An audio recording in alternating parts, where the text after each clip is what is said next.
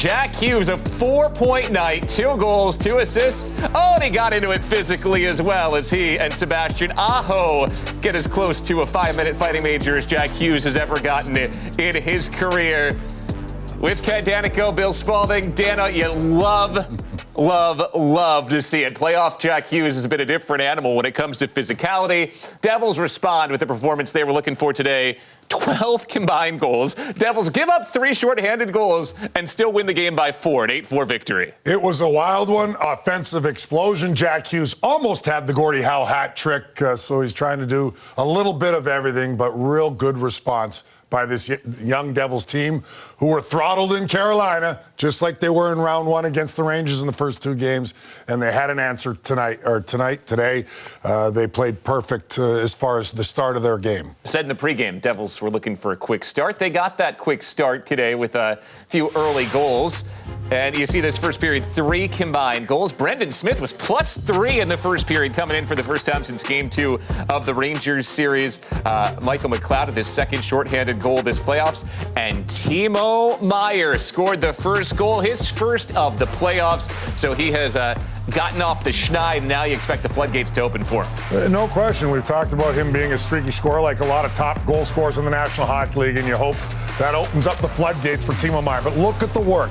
Everybody moving their feet. Pucks chipped to the right area. What a play here behind the net from Jack Hughes. I mean, look at the battle. And Timo Meier's there. They 2-on-1 shade behind the net. And then the little poke from Jack Hughes to get it back to Timo Meier. And he quickly wraps it around and chips it up and off the goaltender right there. Right off of Anderson and gets the Devils going. First goal, we talked about the importance of it because the Canes have to change their style of play. And then here was the second goal. Brendan Smith heavily involved. Simplicity. Chip pucks out. Canes pressure so much that's how you're going to catch them getting caught out of position. What a play by Brendan Smith.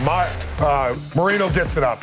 Then Dawson Mercer, just the high flip. You have to move the puck quickly. They did that against this Canes team, best defensive team in the league. And certainly what a give and go by Smith and Hughes. Yeah, a little lucky there as Nason deflects that puck, but Jack Hughes adjusts quickly and rips it past Anderson as well. So terrific start for the Devils, but you watch the pressure from the Canes. That was the key. And Devils did not handle the puck, dust it off. They moved it quickly, whether it was up the rim, chip it out, and then everybody was skating under it, and it created outnumbered situations for the Devils early. So they had a 2-0 lead. Then Tomas Tatar took a penalty. It came after the whistle. You wondered, is that going to get the Canes back into it?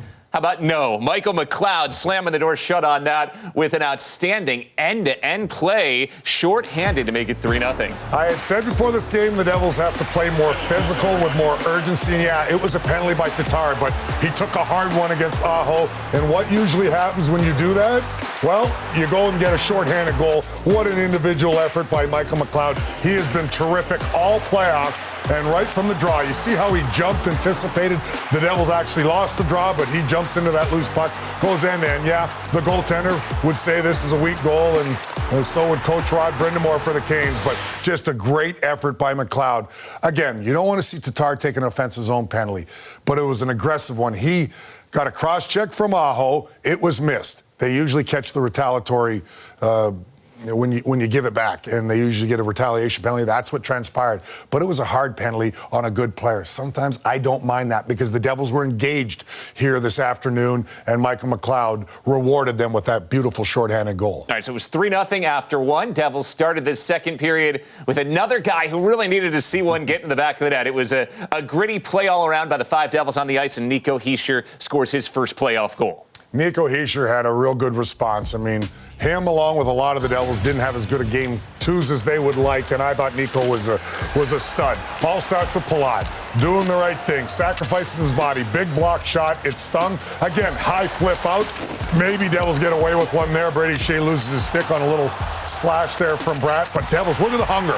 Look at the hunger. Bratt gets it toward the net. The high flip again. That's how you catch the Carolina Hurricanes, because they press so much on their forecheck, and you saw Shea's stick get a little batted out of a hand by Bratt, but the Devils stay with it. Hischier in front, gets inside position, and beautiful goal, hard-working goal in the blue paint. So the Devils were off and running, and just the work ethic, the desperation, the urgency, all over the ice.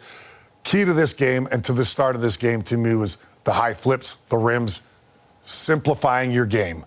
That's what you have to do against Carolina. They're too good offensively. They force you into mistakes if you hang on to the puck too long. Devils were prepared for that right from the start of this game. And how good was Jesper Bratt today? That was the first of his 2 assists. He was really noticeable throughout. Carolina got one back. They made it 4-1, but the Devils again had the response. This time, it was the dancing shoes from the defenseman. First Luke Hughes, then Damon Severson, who spun away and sniped one home.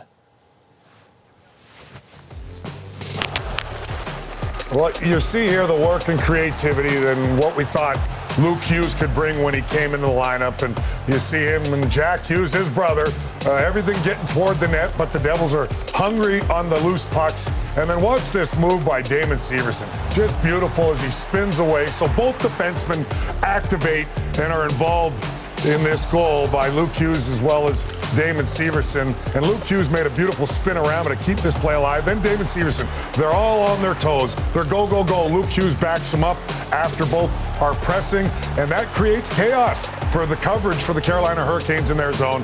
And that's just a beautiful move by the veteran and longtime New Jersey Devil, Damon Severson. And then the beautiful finish with the quick snapshot. So Luke Hughes, I thought, stepping in, had a terrific game. Yes, there was a mistake or two. That's okay. You don't want to take away from his creativity. But great activation by both defensemen there, Severson and Hughes, and reading the play.